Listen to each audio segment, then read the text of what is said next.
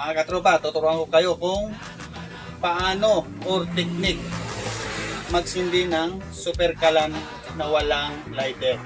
Minsan kasi nagdadala tayo ng super kalan, nakakalimutan natin ng lighter. So, tuturuan ko kayo kung paano magpalingas ng super kalan, magsindi ng super kalan na hindi gamit ang lighter. Sige nga, subukan mo. Simple lang, ganito yun.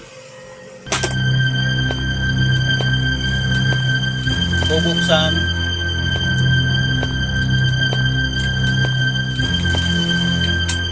Hoy! Yan. Okay. Approve. Galing yan. Lalagi kang ganyan, ikaw ay walang pupuntahan. Sira ulo. Baka umabot ka hanggang sa kulungan.